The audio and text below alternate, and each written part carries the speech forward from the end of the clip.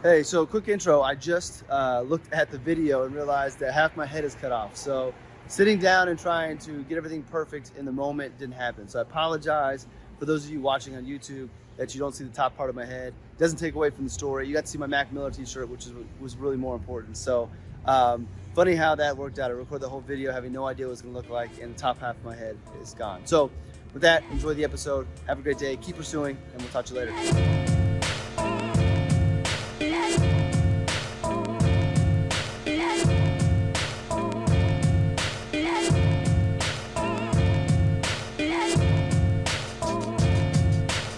All right, welcome to another episode of The Pursuit. This could be interesting. If you're watching this on YouTube, you can see that I am not in the usual setting. And truthfully, I don't even know if I'm looking at the right camera. I'm using my iPhone today. Had to take Leo to Butler soccer camp. So I'm hanging out in the Butler, Tarkington, Meridian Kessler area of Indianapolis. I love this area. A lot of older homes. It used to be where all the money was. As we know, it happens as cities grow, the money leaves, becomes a little bit more poor area, and then naturally all the money comes back, fixes everything up. So there's a lot of really cool old homes that are real nice. A young community down here, young active community. So spending the day here before I go pick Leo back up around noon for camp being over. So why is this interesting? Well, I have no idea who's coming up from behind me at any certain point. We're right on the road, so maybe we'll get some noise, some noise from the traffic, or even people yelling. Who knows? Could be interesting. Nonetheless, I did not want to let today go without an episode being recorded. And I was thinking about kind of the current environment of what's going on just in the world and focusing more on the economics of everything. Being a financial advisor, a lot of questions are being asked, not from my clients, but just other people. I've been on the news locally a handful of times over the last month, which has been a lot of fun. Shout out to Angela Ganote for having me on, and just wanted to think about us on our pursuit. I know that what's going on today is not going to deter what it is that I'm heading after and what I'm going to accomplish. But I also know that finances are a big part of why people never make decisions. There's some nice background noise, but they never move forward and follow their passions. So what I wanted to do was kind of level set, like with everything going on, what does that mean to your pursuit? And then kind of work through how maybe a couple of things that you can do to make yourself feel better about things or take opportunities that are in front of you. So at the very basic, what does the recession? I think we're in a recession, and I'm not going out on a limb by saying that. What is the recession? How does it impact your pursuit? Well, first and foremost, it shouldn't. I believe that while it's very real, the economy is slowing down. People are going to be losing jobs in the future. People have already lost jobs. Inflation's really high. It's harder to have your money go as far as it needs to go. And the stock market's out. Like, all those things are real events. There's no denying that those things are happening. But do they need to impact your pursuit? Is your pursuit directly related to one of those things that can't be fixed? Probably not. These are just things that are going on in the current environment. But things like this are always going on at certain points.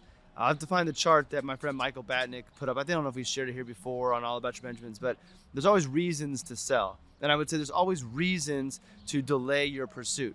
Got to wait until unemployment gets better. Got to wait until inflation comes down. Got to wait for this to happen, that to happen. There's always going to be something. So yes, there are some things happening today, but they shouldn't deter you from following your passion and following your pursuit. Maybe it makes some changes, maybe it bumps the start time, but it doesn't mean that you stop. And I would encourage you, if anything, use this as an opportunity to speed things up. What are there opportunities, or are there things going on now that makes you want to speed up the process of your pursuit without doing anything too crazy? So, one of the things that we talk about a lot on here is the law of attraction. So with all of these headlines out there and these events happening, we're not going to deny those. There's two ways you can kind of absorb this stuff. You can focus on the negative. You can doom scroll all day. You can listen to the media, and you can think that things are really, really bad. Or you can take a look at your reality, because we all have these different realities. Take a look at your reality, and what are you really experiencing? Is your world that you are living in, that you are experiencing, as bad as what we're seeing and hearing on the news? Probably not. First and foremost, media, as much as I love going on the news, media's job is to drive eyeballs to their show, to sell advertising. Like, that's why it all exists. That's the flywheel that exists. So they know that doom and gloom is going to pull you in. So, is it as bad as it may seem? Probably not. Is it as good as it may seem in the good times? Probably not. It's all, the truth is usually in the middle. But on your pursuit, not that we want to disregard everybody else, but we also need to think about what are you experiencing. And your perception can become your reality.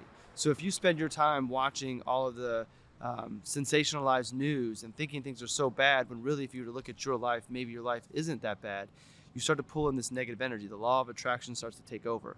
Most people fall into that camp. We've been conditioned to watch the news, read the news. This is what's going on.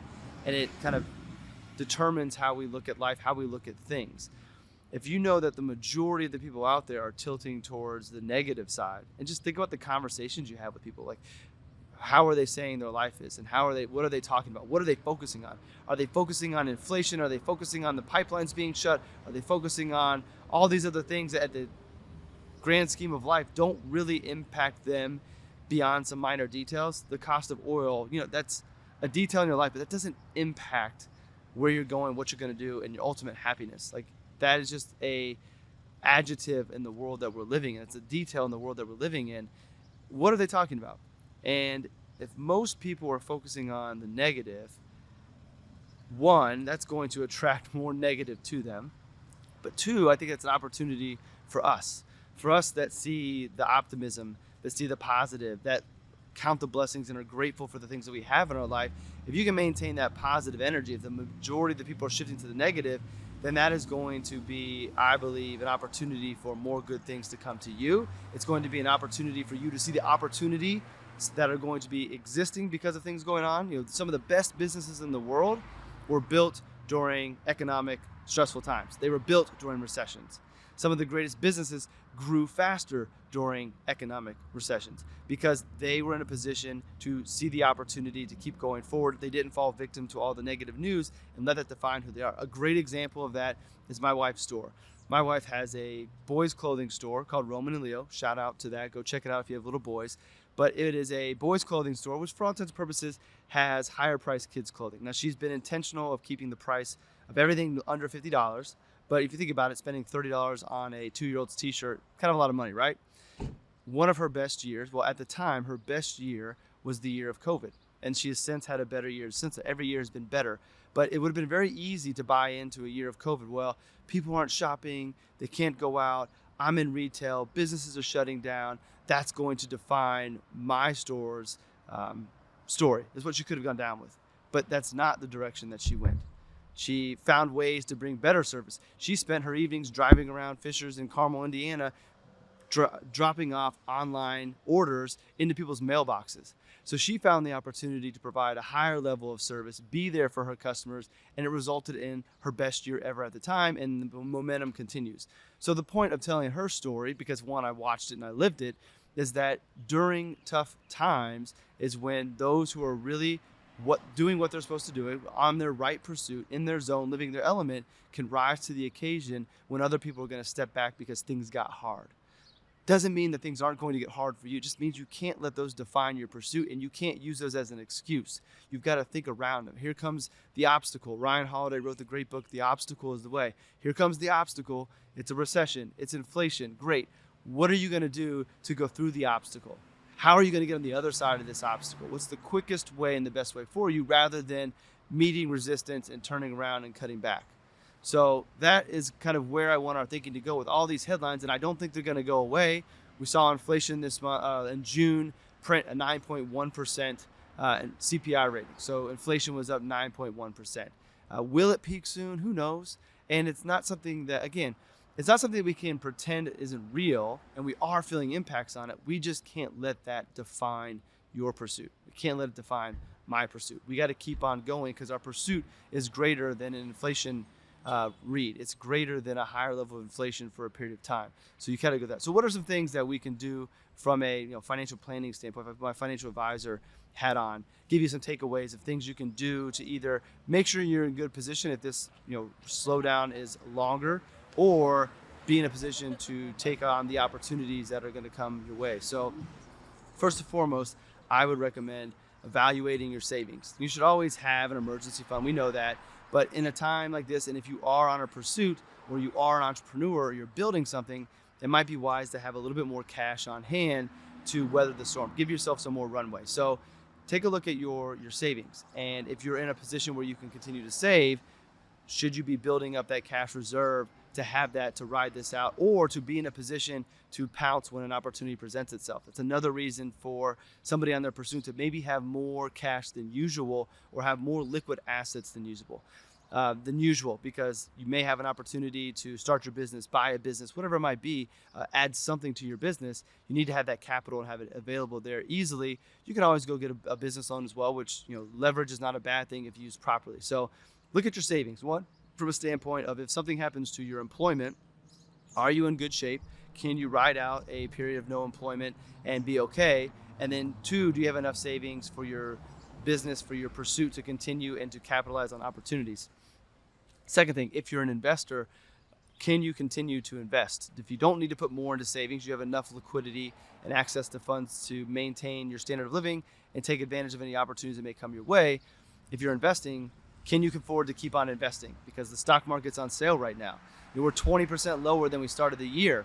So can you keep on investing? Can you turn those investments up? Because in the future, when the market recovers and you kept on buying at these lower prices, you're going to reap the benefit of that continued investing, because now you have this pot of money that you could use for your pursuit, you could use for retirement, whatever the goals may be you have for it. But if you can keep on investing and not stop, this is a great time to be continuing to invest, to build that nest egg for whatever it is you might need in the future. And there's things we'll talk about in the future about, well, where should I be investing and what's most advantageous for me when it comes to needing those funds for my pursuit to build something bigger. We'll talk about it in the future. For now, if you can keep on investing, keep the investments going. I mentioned this a little bit, but look for opportunities. There unfortunately are going to be people who aren't well prepared or don't have the mental capacity to ride through another tough time. And they may have a great business that they're just willing to turn over into good hands. So be looking for opportunities that align with your pursuit that are going to be coming up, because things are hard for people right now. And a lot of times people turn away from that difficulty and go back to something more safe and secure.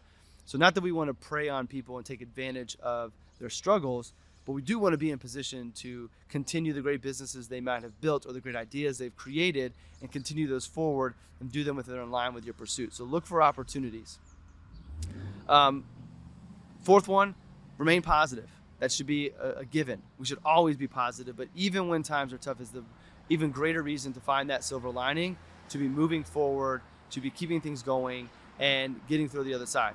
We go through periods of times of trouble. We're always going to come out on the other side. And if you don't believe that, then I don't know what to tell you. You've got to have a little bit of faith that life is going to continue to move forward and things are going to get better. There's darkness before the light. We're going to get on the other side of this. So keep that optimism. It doesn't mean you have to deny and pretend that things aren't going on. Just don't let those define your mindset.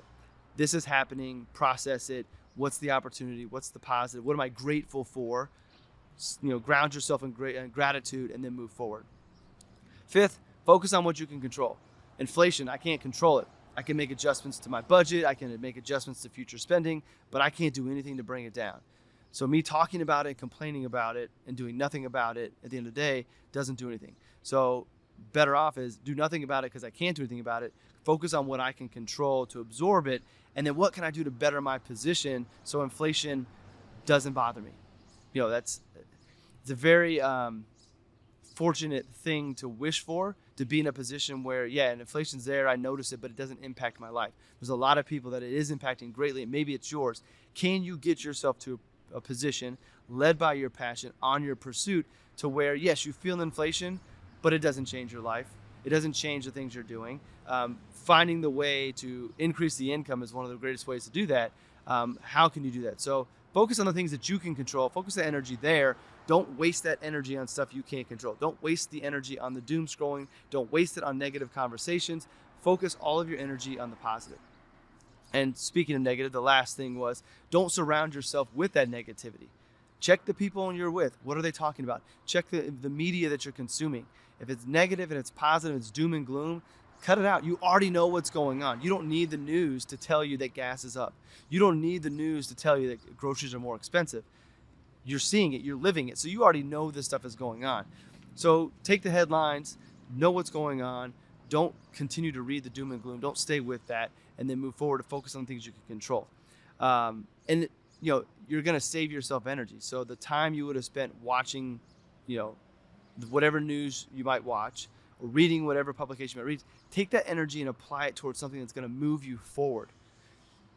Apply it towards taking an online class. Apply it towards reading to grow your expertise. Apply it towards spending time with your family. Apply it towards taking care of yourself. Now you have more time to work out because you're not spending 3 hours a day watching, pick your favorite news channel. You're not spending an hour a day doom scrolling on Twitter, feeding all this negativity. Go for a walk, go for a workout. There's all these things that you can take that time. We only have so much time. We've talked about that numerous times. Don't waste that time. Don't waste that energy. Consume it for yourself. Use it to better your situation. Use it to move your pursuit forward. Don't just throw it away. So that's the final thing. All right, well, hopefully the video turned out okay. No one called me and shut off the video recording. Hopefully the background noise isn't too bad. But that's the end of today's episode. I wanted to kind of focus on addressing a little bit of the economic situation, and then from a financial planning standpoint, what would I be telling you if you're my client? And these are some of the things. And obviously everybody's situation is different, but at the end of the day, so much of what we worry about is just a distraction. They're not things that we can control. And truthfully, they aren't things that stop us from our pursuit. Your passion, your love for the thing that you're doing, that's going to trump all of these headlines. So with that, focus on those things. Focus on what you can control. Don't let the headlines pull you down, and look for opportunities to improve yourself, improve your business or any other opportunity that comes, and move your pursuit forward. So that will let you get your weekend. Thanks for tuning in as always. Thanks for joining me on my pursuit. It's an honor to be a part of yours, and let's keep pursuing. Oh, one other thing I'll throw at the very end. So as I'm sitting out here in the open, now that I'm done, I don't know how the social media people do it. I don't get anxious about much. I was so anxious about finding a place to sit down and record and not have people watch me. Now I'm going to put this on YouTube. It's going to be on all the podcasts. That doesn't matter. But like when the few people walk by, it made me a little nervous and self-conscious, which I think is kind of funny. So just going to throw that out there. Just the experience I had today of trying to find the right place. There's a coffee shop I'm going to go to now where I really wanted to record. But there are going to be people sitting around. And I didn't want people sitting around looking at me, thinking I'm some crazy guy talking to my camera. So anyways, for whatever that's worth, for those of you out there that might be creating or wanting to create, I've done 500 plus videos for YouTube. I've done countless podcasts, few hundred podcasts, and I still get nervous about certain settings. So I found myself a nice little quaint spot. Shout out to Little India Restaurant for letting me sit on their patio and record this, but I thought I would share with that. So let's get back to our pursuits. Thanks for joining me on my pursuit. It is an honor to be a part of yours, and let's keep pursuing.